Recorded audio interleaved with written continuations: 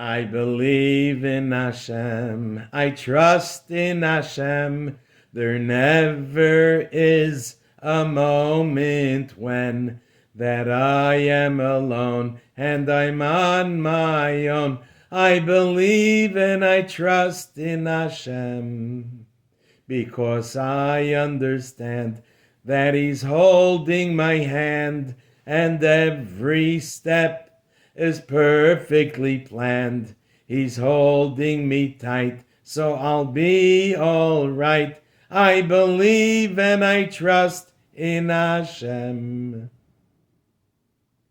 There was once a great tzaddik by the name Rebbe Labe Saris. His name was Labe. His mother's name was Sarah. So they used to call him Rebbe Labe Saris. They say that he was born by a bracha from the Baal Shem Tov. When he grew up, he became a follower, a chassid, and a talmid of the Baal Shem Tov, and would do many missions for the Baal Shem Tov. The Baal Shem Tov would send him to certain places to help Yidden who needed help. Sometimes the Baal Shem Tov would send him together with someone else, another secret tzaddik, to help the Yidden. Reb Labe would make many wonders, many miracles, even when he was still very young. After the Baal Shem Tov passed away, Reb Labe became a student of the Mizritcher Maggid. But most of his life, he traveled around Poland, Galicia, and other areas to see wherever he can help someone who needed his help. One day, Reb Labe came to the city of Berdichev. When he came into the marketplace, a Yid caught up with him. It was Reb Binyamin, the head of a Yiddish community not far from Berdichev. The name of that townlet was Cobrin. That was the name. Reb Binyamin said to him, Baruch Hashem, I'm so happy that I found you.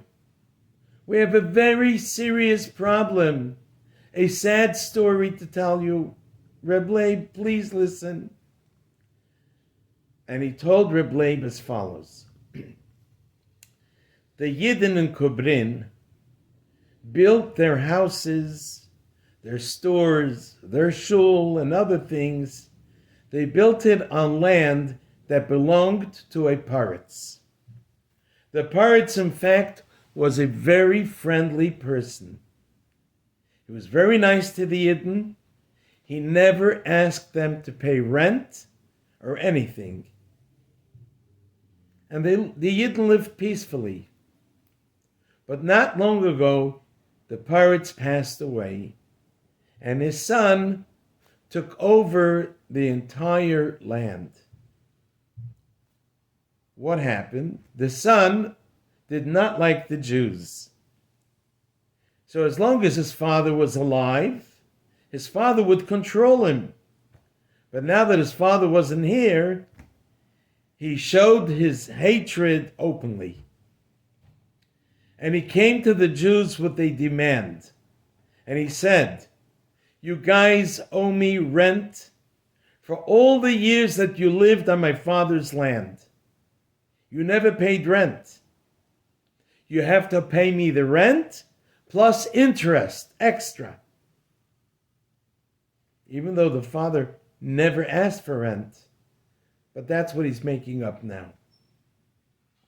And he threatened the Yidden that if they don't pay up, he's going to throw them all out of Cobrin and take away all of their possessions as payment for the rent from his father.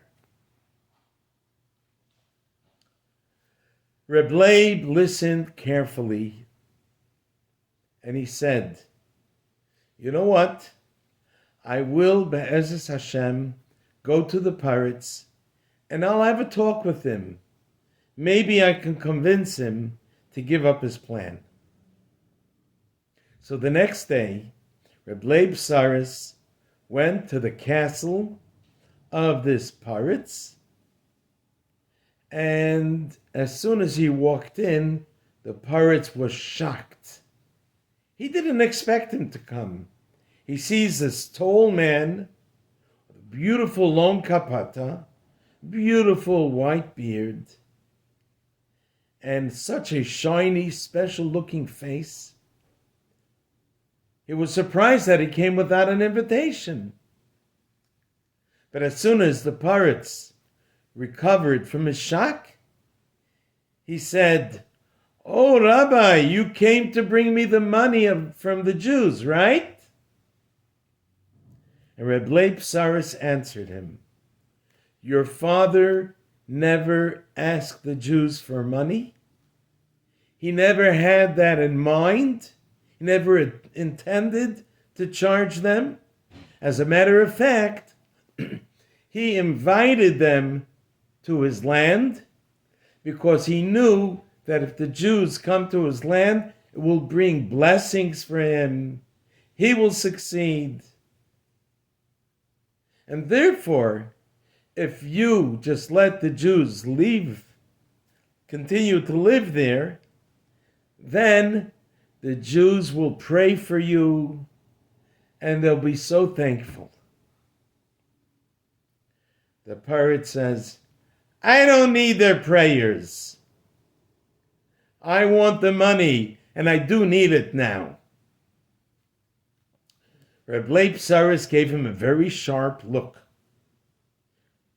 and it was obvious that it went right through him. So the Paritz calmed down and began speaking softer and more friendly. He said like this, "Okay, listen, I have a way out for you. I have a deal, but if I tell it to you, it must be kept secret. Nobody is allowed to know about it. If one Jew will tell out the secret, not one Jew will remain alive in Cobrin." And the Paritz went on to say, what is the deal? The deal is like this. It says, you know that the Russians took away our land. We're all Polish citizens. And we're suffering under the Tsar. We don't want to suffer anymore. So we have all of our patriarchs, we have our soldiers, and we're planning a rebellion. We're planning an attack to chase out all the Russians from our land, and then we're going to rebuild our government, and then we'll be good for you, good for me, good for everyone. And after we establish our government, the Jews, if they join us in this fight against the Russians, we will pay them a reward. So if you can promise me that the Jews will help me fight against the Russians, then I will wipe off this debt. I won't charge them a penny. And we'll even reward them. Reb Labe answered him right away, "This we cannot do. Even though we do sympathize, I understand very well where you're coming from and how you feel and why you think it's necessary. I understand it. But we cannot fight against the Russian government. Why? Because we have a Torah, and the Torah says that we're never allowed to go against your own government where you're living. The only exception is if the government goes against the Torah. Those things you don't have to listen.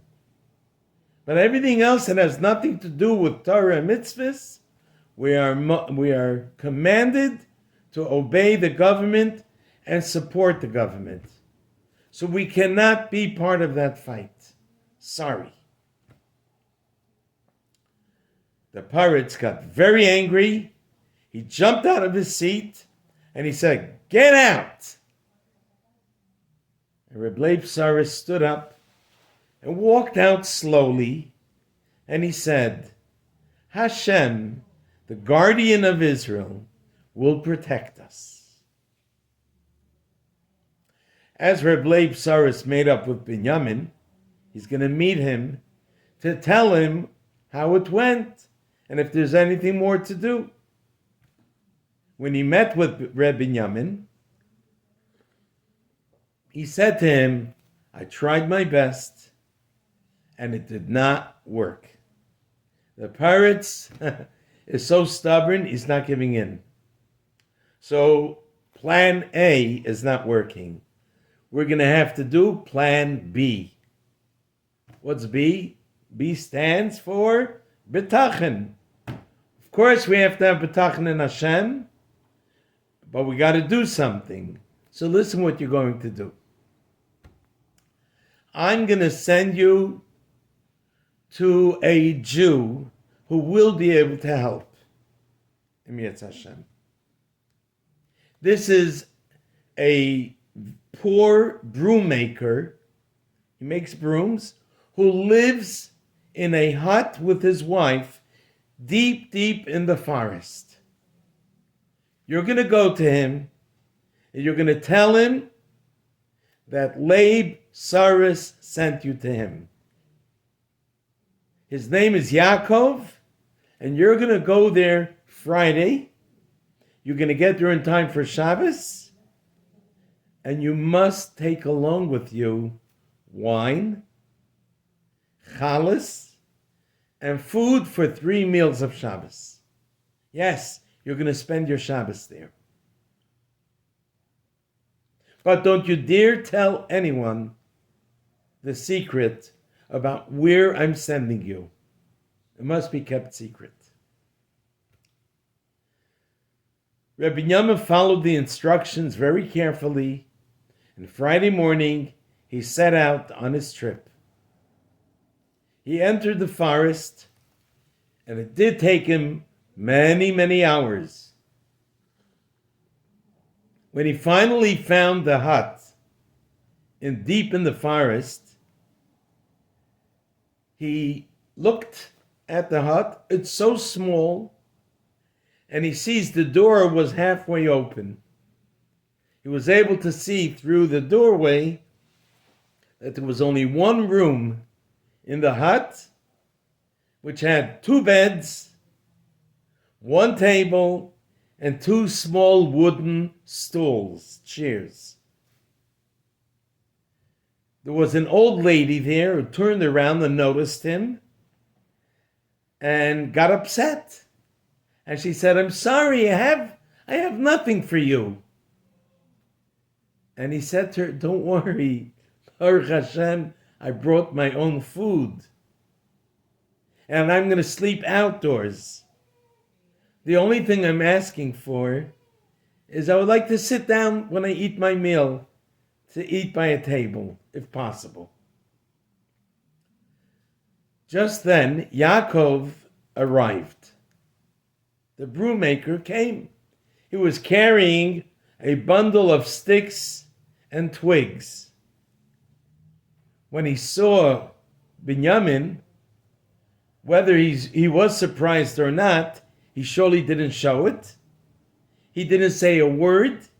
He just threw down his bundle on the side and went to the well to wash his hands and face, lekavod Shabbos. Rebbe Binyamin followed him and did the same. Washed up, and then Binyamin went and stood under one of the trees to start davening. When Binyamin finished davening, he opened his eyes and he sees the full moon lit up the forest. He walked into the hut. Shabbos. Oh, they're in the middle of benching. Yes, Yaakov and his wife already finished their Seudah, and Yaakov was reading the words of benching out of an old siddur, and he read them word for word, just like a little child who just began learning how to read. And his wife was repeating each word after him. Then she got up from her seat and gave it to Binyamin. Binyamin quickly made Kiddush, went through his meal. He didn't want to take his time because he didn't want to keep them up. They probably want to go to sleep. He looks on the table. The candles were still burning. And he was happy to have a seudah by a table. When he finished benching, he went out of the hut and he stretched himself out on a bench and fell quickly to asleep. He was so tired, it took him a few seconds, he was already asleep. In the middle of the night, he woke up and he heard singing. He heard nigunim coming from the hut. Beautiful, beautiful zmirais of Shabbos. And he heard it sounded like an echo, a heavenly echo coming from above, together with the nigun. He also noticed that there is such a big light in the hut that it was too bright for his eyes to look. So he just closed his eyes and fell back asleep. He woke up in the morning when it was already sunrise. The sun is already shining. He was totally shocked from what he saw in the middle of the night. He was convinced, he was sure that Yaakov is surely one of the 36 secret tzaddikim who Hashem has in every generation, in whose schus, in whose merit the world exists. Binyamin just could not wait till Shabbos is over so he can say something about his problem, that he can speak to Yaakov and tell him what's happening. As soon as Reb Yaakov finished making Havdalah, Binyamin was about to open his mouth and say something, but Yaakov said to him right away, Gutvach, I have good news for you. The gates of mercy in Shemayim are always open. And Hashem accepted the tefillos of the Yidden of Cobrin, and the terrible plans of the pirates are already gone. They're canceled. They're over. So you could go home in peace and everything is going to be all right. But never tell anybody where you were for this Shabbos.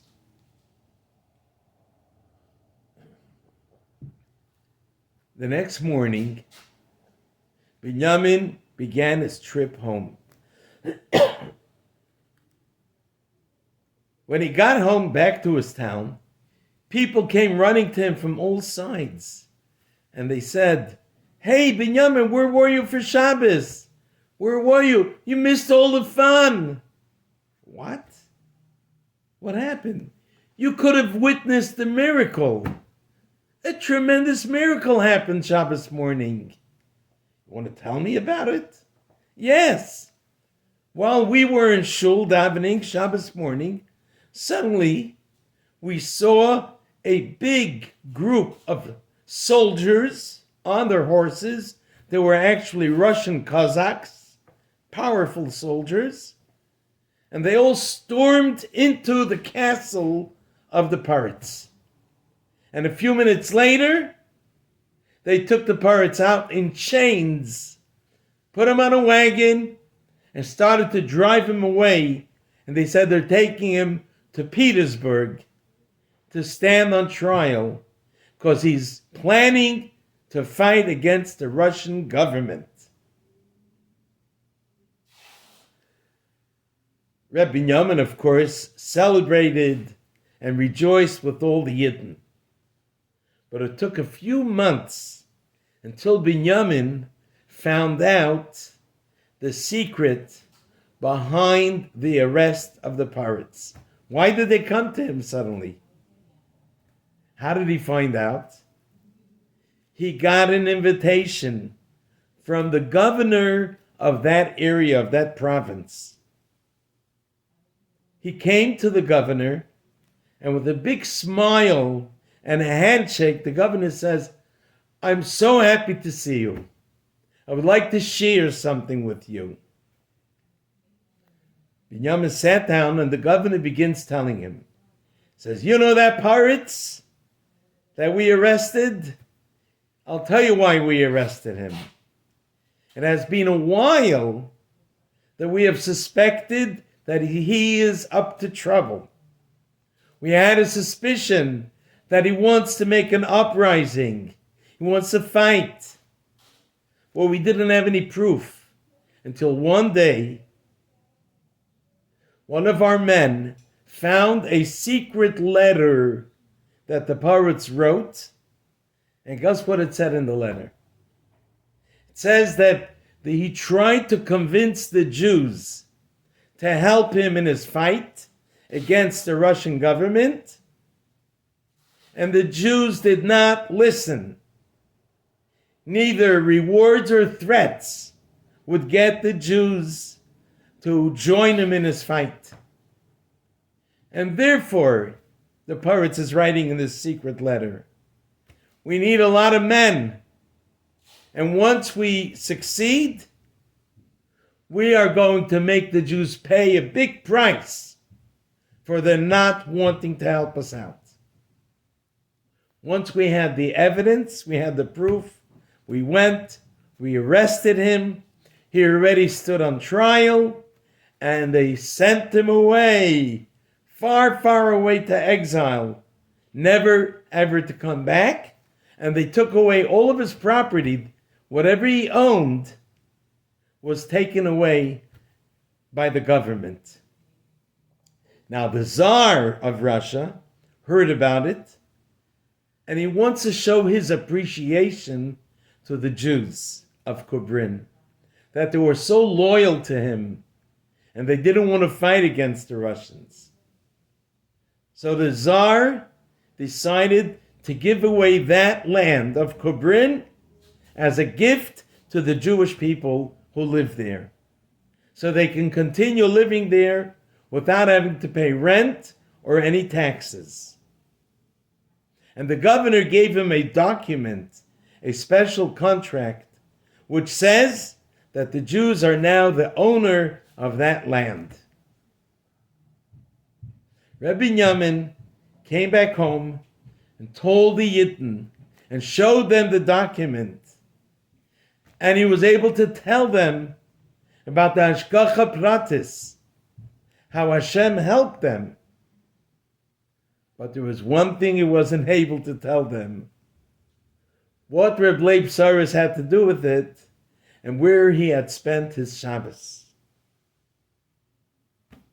A guten Tag.